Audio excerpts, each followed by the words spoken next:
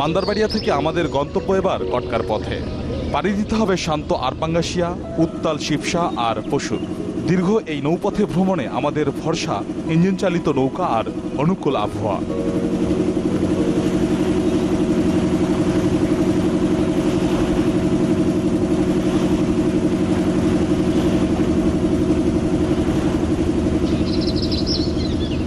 আরপাঙ্গাসিয়া পার হয়েছি। এবার ছোট ছোট খাল আর খাড়ি ধরে আমরা সবচেয়ে উত্তাল নদী শিবসার অচেনা কোনো খালে।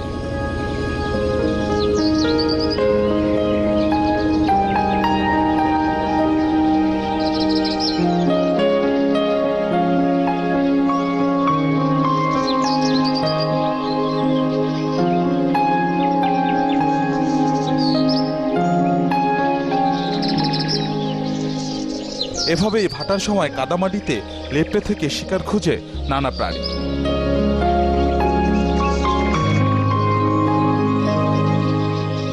পাখিরাও খুঁজছে তাদের আহার।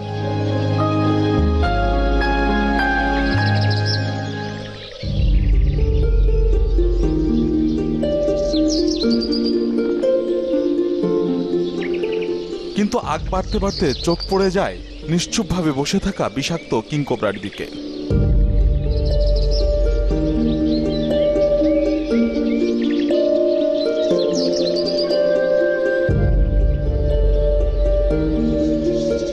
কাদামাটি মাড়ি দিয়ে নোনা জলে লক্ষ্য বুঝিয়ে আমাদের নৌকার দিকে, কিন্তু না, সে তার মতো করে পথ পাড়ি দিয়ে চলে যাচ্ছে।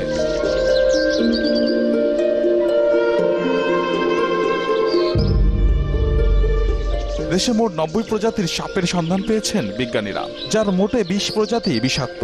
সাগরকলে জেগে থাকা এই সুন্দরবনে পৃথিবীর সবচেয়ে বিষাক্ত সাপ কিংকোবরা বা শঙ্খচূড় সাপের সবচেয়ে বেশি দেখা মিলে। আমরা বেশ কয়েকবার এই সাপের মুখোমুখি হয়েছি সুন্দরবনের ভেতরই।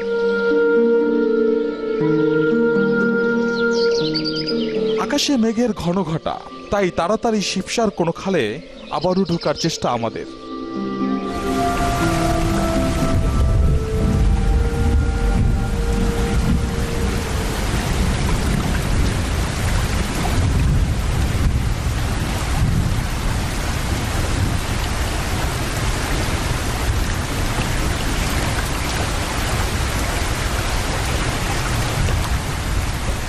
ফোটায় ফোটায় মিঠো পানি গুড়ি গুড়ি শব্দে মিলছে নোনা জলে, যেন নোনা আর মিঠো পানির গভীর মিলন। অথচ আমাদের আকুতি বৃষ্টি থামবার আর কোনো ঝড়ের কবলে না পড়ার।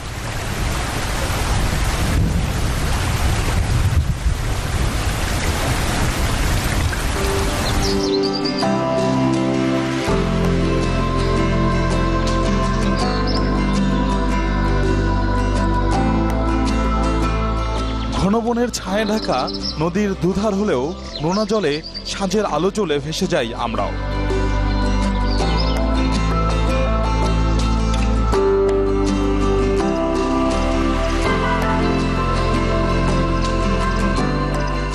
রাত বাড়ছে, হারিয়ে গেছে বৃষ্টিও।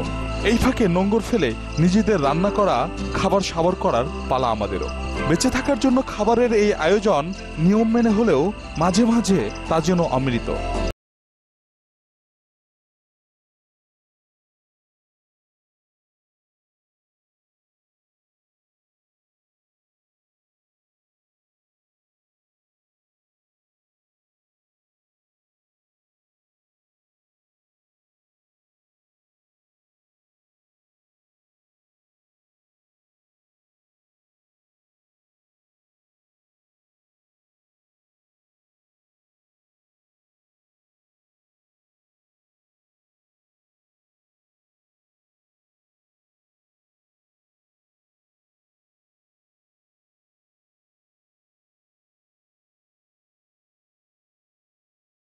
চাই আমাদের সাথেই থাকুন।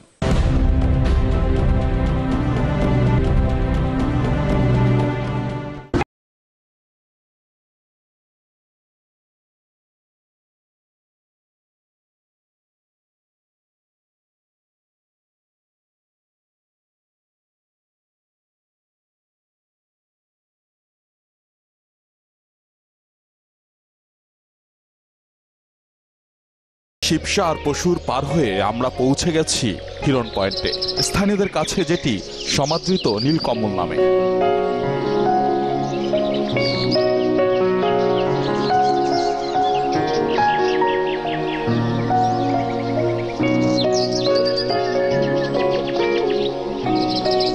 ঘূর্ণিঝড় আইলা আর সিডরে ক্ষতবিক্ষত সুন্দরবন এখনো যে জৌলুস ফিরে পায়নি তার বড় প্রমাণ এই নীলকমল।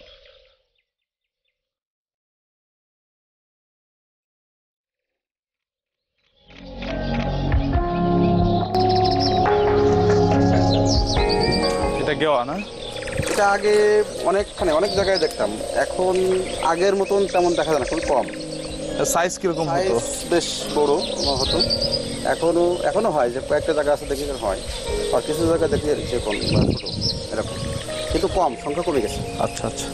এই স্থানের দাবির সাথে গবেষকদের মিল পাওয়া যায়। তারা বলছেন 1989 সালে বাংলাদেশে গেওয়া গাছের আয়তন এই সুন্দরবন দখল করেছিল প্রায় 1,32,000 হেক্টর, আর সেই গেওয়া গাছই 2014 সালে এসে মাত্র 74,000 হেক্টরে দাঁড়ায়। গেল কয়েক বছর আগে যে সিডর আইলার যে আক্রমণ ছিল সুন্দরবনে, সেই সিডর আইলার পাশাপাশি অনেক সময় অনেক মানুষের অবিচারের কারণেই হয়তো এই গেওয়া গাছের পরিমাণ কমে গেছে।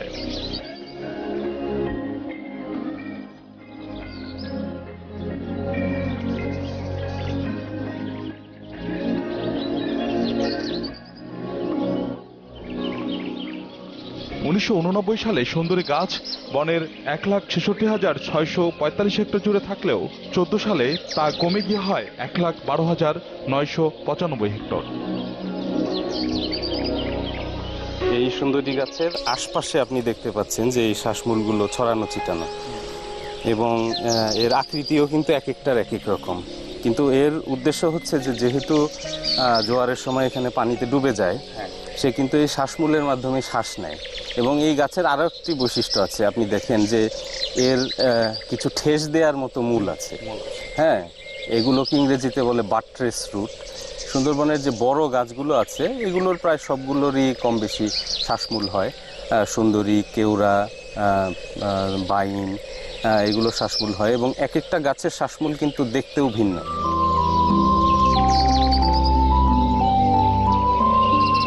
1989 সালে সুন্দরবনে ঘনবনের পরিমাণ ছিল প্রায় 63%। 2014 সালে তা কমে হয় 38.18%। যে সুন্দরবনের সুন্দরী গাছ নিয়ে সুন্দরবনের নাম ছিল, সেই সুন্দরীর সংখ্যা আস্তে আস্তে কমে যাচ্ছে, এখন গেওয়াটা বাড়ছে। 1980s শেষের দিকে আমরা স্টাডি করে বললাম যে আমাদের 45 মিলিয়ন গাছ এফেক্টেড হয়েছে, মানে আগামরা রোগে আক্রান্ত হয়েছে। আগামরা রোগটা কেন, সেটা নিয়ে নানা রকমের বিতর্ক আছে, কিন্তু একদল বলে যে এটা একটা ফাঙ্গাস, ছত্রাকের আক্রমণ। আরেক দল বলছে যে না, ছত্রাকের আক্রমণ ঠিকই আছে, ছত্রাক ছাড়া এখানে অনেক ব্যাকটেরিয়া থাকতে পারে বা অন্যান্য মাইক্রো অর্গানিজম থাকতে পারে, কিন্তু সেটা হয়েছে মূলত আপনার সিল্ট, যেটা আমাদের বনটাকে যে মাটিতে যে বিভিন্ন জায়গায় যে সয়েল ইরোশন হচ্ছে, সেটা মাটি এখানে এসে সেটা শ্বাসমূলটা ঢেকে গেছে, যার ফলে শ্বাস প্রশ্বাস নিতে না পারার ফলে দুর্বল হয়েছে, দুর্বল হওয়ার ফলে এটাই হয়েছে।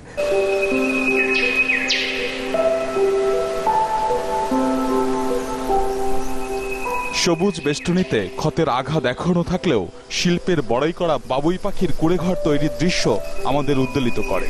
মনে পড়ে যায় রজনীকান্ত সেনের কবিতার লাইন, নিজ হাতে গড়া মোর কাঁচা ঘর খাসা।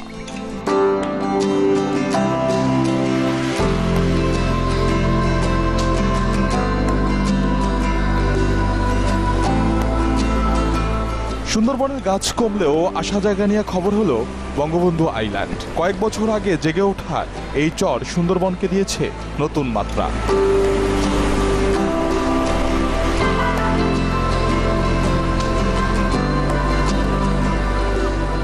নীলপানি ঘিরে রাখা এই দ্বীপে বেলা অবেলায় দেখা মিলে অ্যান্টেনা নিয়ে সদা সচেতন লাল কাঁকড়া।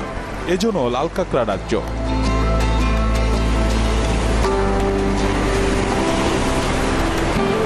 সমুদ্রের মাঝখানে যে সবুজ অংশটি দেখতে পাচ্ছি, এটি মূলত বঙ্গবন্ধু আইল্যান্ড। অনেকে এটিকে বলে থাকেন লাল কাঁকড়ার দ্বীপ। একদিকে সোয়াচপ নৌগ্রাউন্ড, অন্যদিকে দুবলারচর, আর একদিকে হিরন পয়েন্ট। এই 3 পয়েন্টের মাঝখানে সমুদ্রের মধ্যে অবস্থান করছে এই বঙ্গবন্ধু আইল্যান্ড। আমাদের চেষ্টা ছিল লাল কাঁকড়ার দ্বীপে যাওয়ার, কিন্তু প্রচণ্ড ঢেউয়ের তোড়ে নৌকার নিশানা তিনকোনা আইল্যান্ড।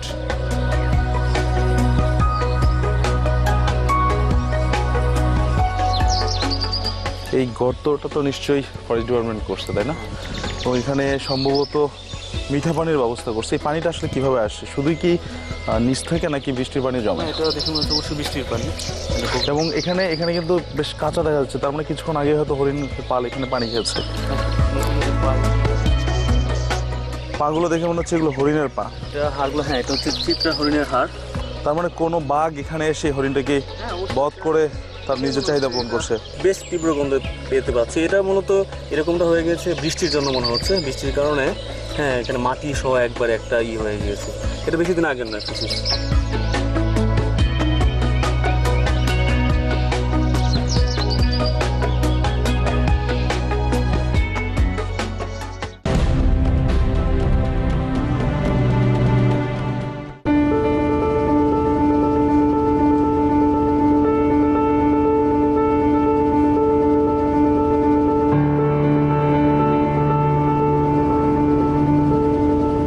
সুন্দরবনের যে নদীটি দিয়ে আমরা এখন বিচরণ করছি, সেই নদীটি সারা বিশ্বের মানুষের কাছে অত্যন্ত পরিচিত। এই নদীটির নাম হচ্ছে শ্যালা নদী।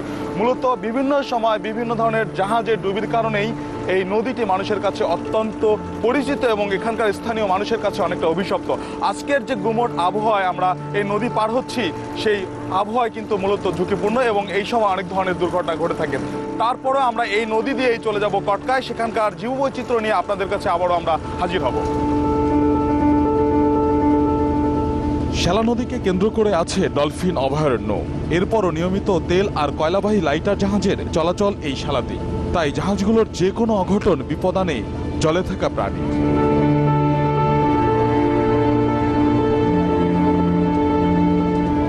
শ্যালা নদী আর তার জলে বাস করা জীববৈচিত্র্যের শুভকামনা করে পাড়ি দিতে দিতে আমরা কটকার খালে, কিন্তু ভাটা টানে তেরে আসা ঢেউ যেন আমাদের মিলে দিতে চায় সমুদ্রে।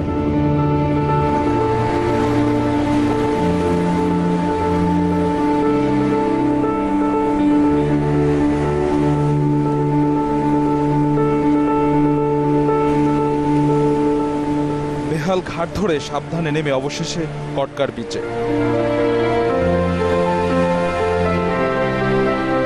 তবে ঢেউয়ে ঢেউয়ে কিনারে ভেসে আসা কালো কালো এই টুকরোগুলো ভাবিয়ে তোলে আমাদের। আমাদের যে শ্যালা নদীটা কিন্তু আমাদের ডলফিনের জন্য একটা অভয়ারণ্য। একই সাথে শ্যালাতে আমরা সবচেয়ে বেশি কুমির দেখি। কোনো কারণে যদি আমাদের এই শ্যালা নদীতে জাহাজ ডুবে, যেটা আমরা 2014 সালে দেখেছি যে জাহাজ ডুবির ফলে যে তেল ভেসে যায়, তেল বেরিয়ে আসে, এটা কিন্তু এই পাড়গুলিকে নষ্ট করে দেয়। আমাদের যে ম্যানগ্রোভ প্যারাবনের যে ভিতরের যে মাটির এটার উপরে আস্তরণটা পড়ে যায়, তখন যেসব প্রাণীগুলি অ্যাকচুয়ালি আমাদের এই মাটিতে চলাচল করে, এদের গায়ে কিন্তু এই তেলটা লাগে এবং এটা ক্রমান্বয়ে ওদের স্বাভাবিক যে আচরণ এটাকে কিন্তু বাধাগ্রস্ত করে। ফলে সার্বিকভাবে আমাদেরকে, আমরা যদি সুন্দরবন নিয়ে চিন্তা করি, তাহলে আমাদের এই বিষয়গুলি নিয়ে আসা উচিত। বাঘ দেখা ও নিরাপদে থাকা এই দুই সম্ভব এখানে। প্রায় দেখা মেলে সুন্দরবনের অন্যতম প্রধান আকর্ষণ রয়্যাল বেঙ্গল টাইগারে।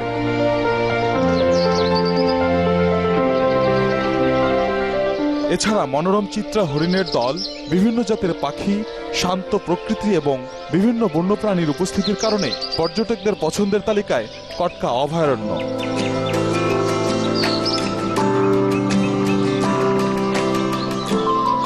কটকা বিচে ভেসে উঠেছে ঢেউয়ের তোড়ে জেগে থাকা শিকড়ের প্যাঁচ।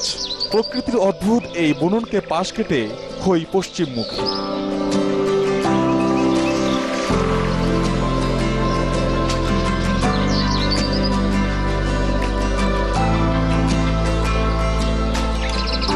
কাঠের তৈরি ট্রেইলের উত্তর পাশে দেখা মিলে ম্যানগ্রোভ জাতীয় উদ্ভিদের শ্বাসমূল, সাথে সঙ্গী চিত্রা হরিণের পাল।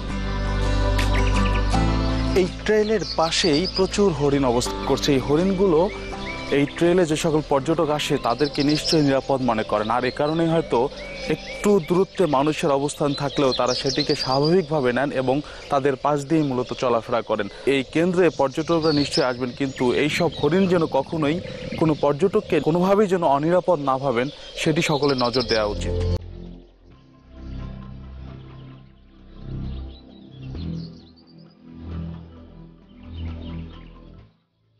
মাস পাঁচেক আগে কঙ্কালসার এই তিমিটি ভেসে ওঠে কটকার চরে। 30 ফুট লম্বা তিমির কঙ্কালটি এখন অযত্নে আর অবহেলায় পড়ে আছে পরিত্যক্ত ঘরে।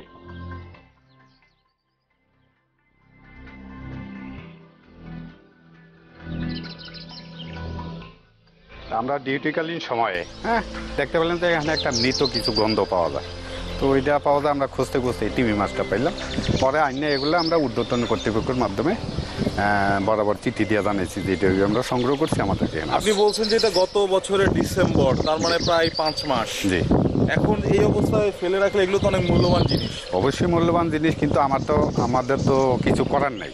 আমি মনে করি এটা এইভাবে না রেখে সংরক্ষিত কোনো জায়গায় রাখলে মানুষ দেখলো, শিখলো। এটা 10 জন মানুষও যদি দেখে তাহলে আমি মনে করি যে আমরা যে কষ্টটুকু করছি সেই কষ্টটা আমাদের সার্থক।